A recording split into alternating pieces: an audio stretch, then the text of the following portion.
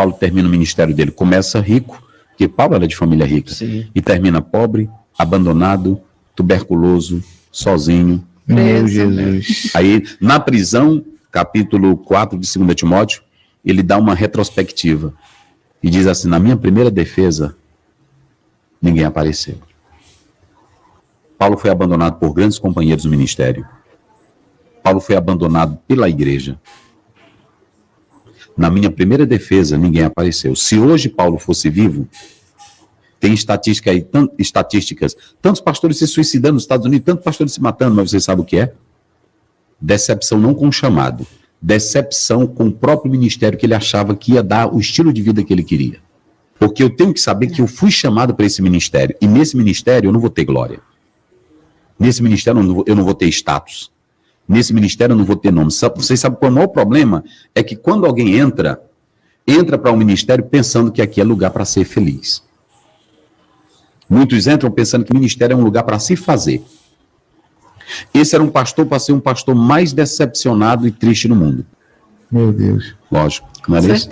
Hoje tem pastor que se um membro, aí ele pergunta, se o membro criticar ele, ele adoece. Ele não aceita crítica, ele não aceita opinião numa reunião. Eu estou errado? Ah, não. Ele não aceita contrariedade na mensagem dele. Vou finalizar dizendo uma coisa, que tem muita gente me ouvindo, de muitos pastores. Eu entrei no ministério sabendo que eu vou ser criticado.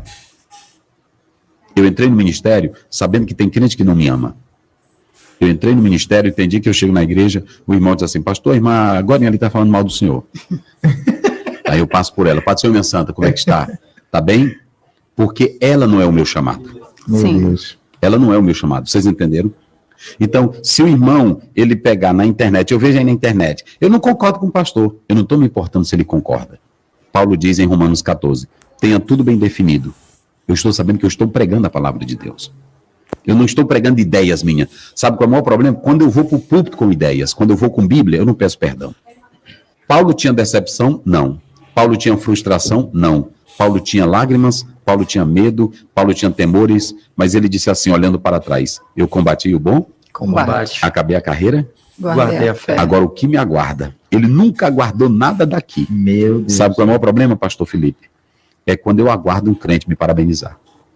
É quando eu aguardo um crente me reconhecer. Os elogios. É quando eu aguardo um crente me elogiar. Reconhecimento. Aí o que acontece? Eu entrei para o ministério e veio a pergunta dela. Eu vi o pai sofrer. Eu vi minha mãe várias vezes chorar por causa de crente.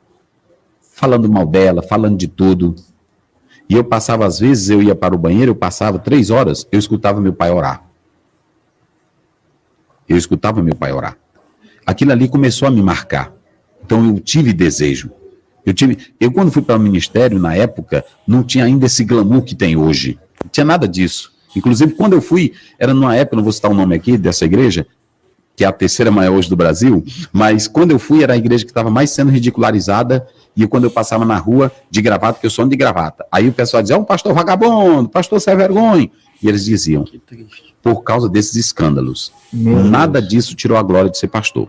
E para finalizar, eu vou dizer o seguinte: quem sabe e coloca a sua vocação no chamado, pode ter o que tiver, mas você nunca vai se decepcionar. Amém. Porque você sabe quem te chamou. Sabe da sua vocação. Pronto, é só isso. Eu sei em quem tem um Cristo. Ah, verdade. Agora, quem entra para o ministério, porque é o seguinte, o papai colocou, a mamãe colocou, o porquê quer fazer a vida, ele vai se suicidar. É isso aí.